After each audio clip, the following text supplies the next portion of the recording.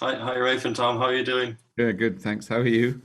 I'm good, thank you. There's currently a storm raging outside, so hopefully you can hear me Where okay. where are you speaking to us from?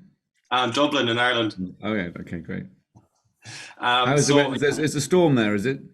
it is, yeah. No, it's I think our side of the country is okay, but the west is getting a fair battering, I think. Okay. Well, yeah, we still have electricity, so that's okay. Okay. First of all, I just wanted to congratulate you both on the movie. We're finally getting to see it all these years later.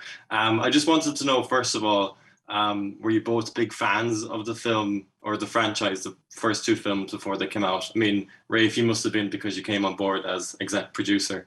Well, that was a gift from, well, a gesture from Matthew, I would say, because I was on quite early, and I think he wanted or solicited my input on aspects of the script and stuff. I mean, yeah, no, if I wasn't a fan, I had admired the first Kingsman and the second one, but I think that I admired what Matthew had created.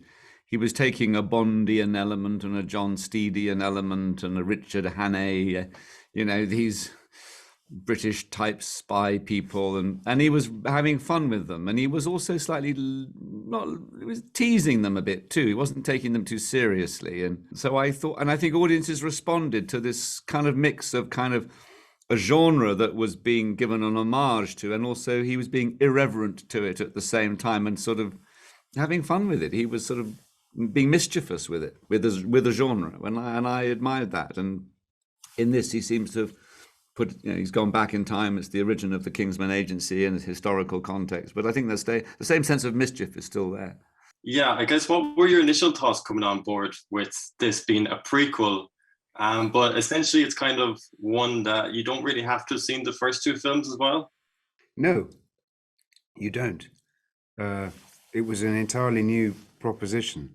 I enjoyed the first two films very much indeed, but I was very, I mean, they're brilliant, and I enjoyed all of Matthew Vaughn's work, and his work is quite diverse. So the prospect of being in a new version of the an existing franchise was not a problem at all. It's only it's a challenge if you want to see one of the first two films repeated.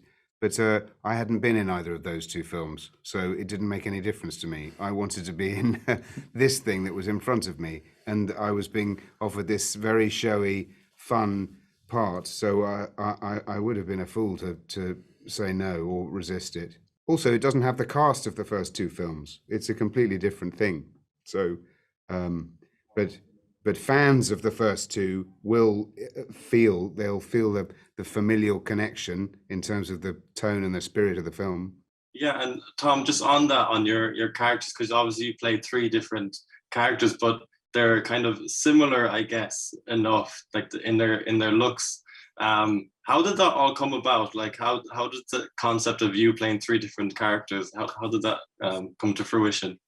Well, I only entered the process after a decision had been made to have the same actor play these three relatives. So it was a joke. It's a joke about a good joke about a very small gene pool running the whole of Europe at that particular point in history. So the part of the tragedy of the society at that time, and the reason for the Europe being pitched into this war was because all these royal families were connected to each other, and a personal conflict, personal rivalry and resentment dragged everyone else into it. So it's a sort of black joke about too little intellectual material being spread over too great an area.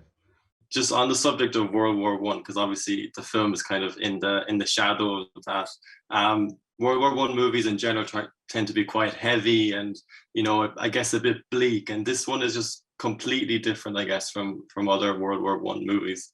I guess with Matthew Vaughn on hand. Yeah, I guess what would be the best aspect of the film for you guys from your filming process?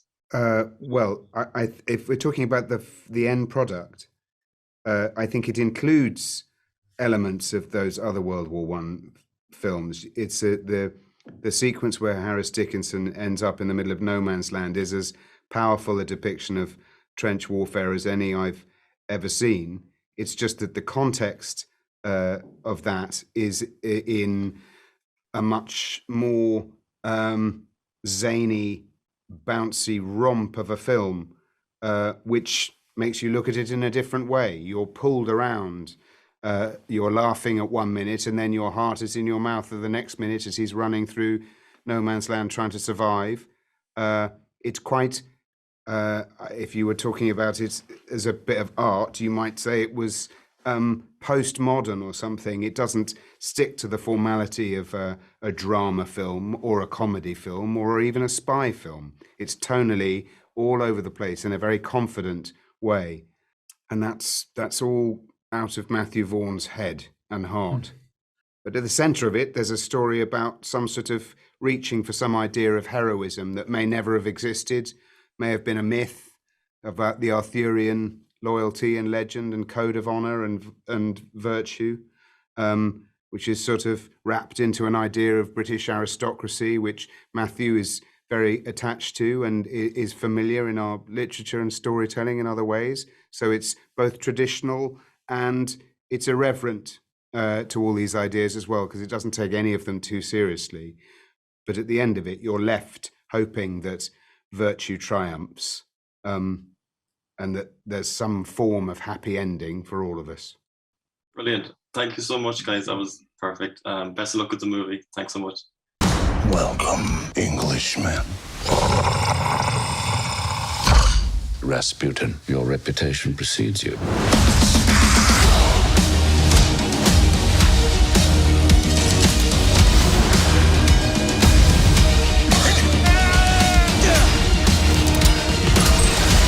Let's end this as gentlemen. After all, manners maketh man.